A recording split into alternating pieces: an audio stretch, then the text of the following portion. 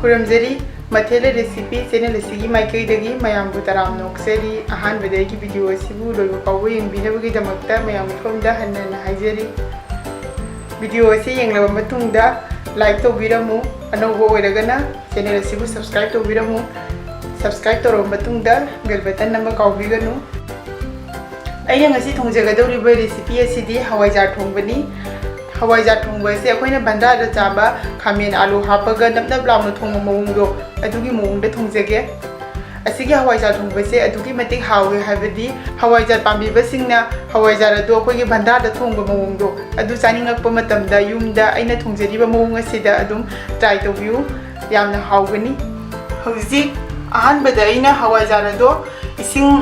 हापलगा अहुम मरीरक चामथोकले हाइबदी हवाइजार अदु मनम यामना कनबा तारगदी इसिंग हापतुना अनि अहुमलक चामथोकपियु यामना मनम कनबा तारगसु होरेन हेंसांगदो थोंबा लोरा मतुंगदा हेंसांगदो मनमदो याम कनगनियाबा अदुना यारगदी चामथोकपियु कनागुंबा मनम कनबा पामिरगदी अदुम चामथोकतसु केमता काइदे हौजिक अैना गेसता खांग अमा थांगले खांग से सारे अदुना थाव हापनी थाव से असा थाव ओइना हापे हौजिक थाव से सागले अदुना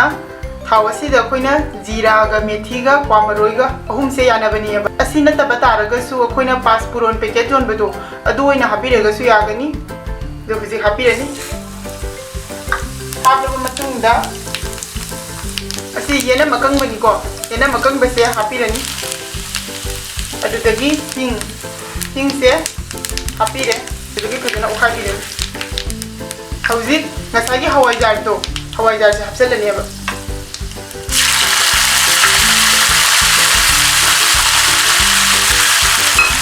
हवाइजार से हापचलगा फजना उखाबिरनी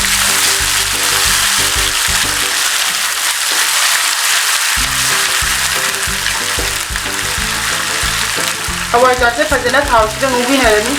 मैं सिसु फुल फ्लेम पे थमलगे सुमाइना हौजिक ngौबसिनाने होरेने एंजांग से थोंबा लोरबा मतुंगदा यामना हावबा महाव अमा लाकनेबा हौजिक मीट अमनि मुंग ngौरे से खामेन से अचौबी खामेन दुनियाबा खामेन से सरुक अहुम थोकपगी आलू सरुक अमा हाइबदि अैना सिदा मीडियम साइज के आलू अमनेबा आलू से मकक मकक कगा थमले जुगन खामेन की चांग याम हनबा दाबा खामेन की सरुक अहुम थोकपगी सरुक अमा ओइबा दाबा आलू सिना को हौजिक हापचलनी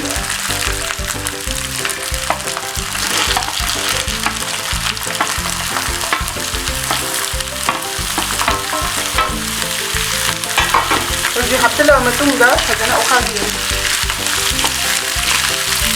हौजिक मै से मीडियम फ्लेमदा अमुक थमबनी दुगा फजना अमुक उखाबियो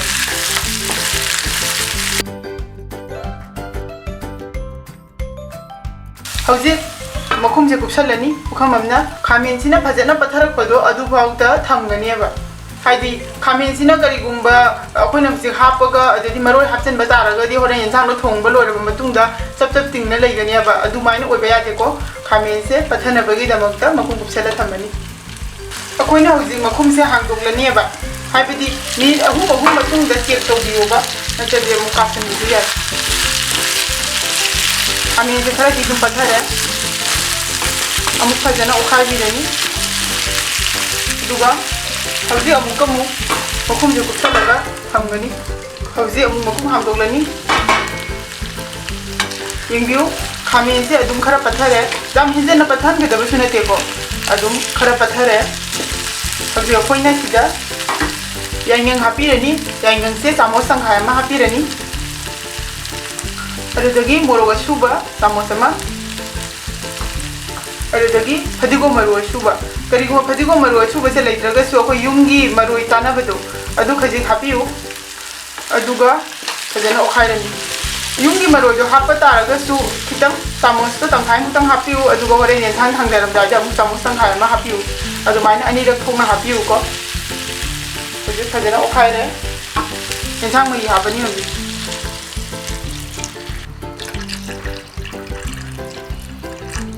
अैना असिदा येंसांग मई से इसिंग ग्लास अमा मखाइ मुका हापे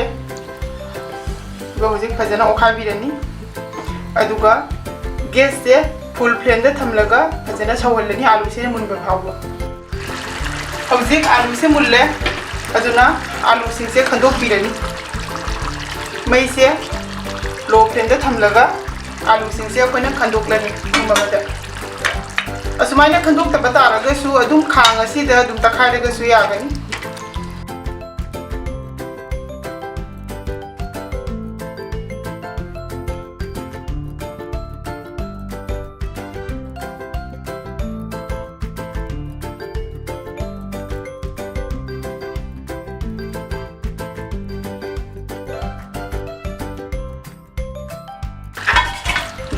fajana ukhai birani fajana ukhai la matungda mahi do ngasai glass amaga tangkhai happi bani bako adugi tangkhai do hoji hapsan birani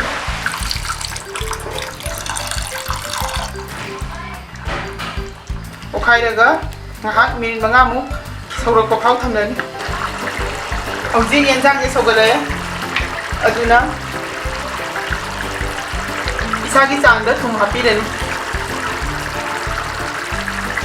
jira subase sama hapirani aduga adana ukhaibirani ado aina asida jira ashuba adagi padigo maru ashuba hapase asigi mahutta yumda chanaba maroido adudo adum ahanbada ngauba matamda chamas tangkhai ma hapiro adudagi horen thangdaram jaida chamas tangkhai amka hapiro adusu yagani ba hauji akoina yensang se minit manga muk sawale mai se thingjalani yensang thangdaraga ngahak leiraba matungda matomda adum chupsangini hauji akoina sida awa padigom haplani kariguma padigom leiragadi padigom hapiu aina sida padigom leitaba maramna awa padigom oina hape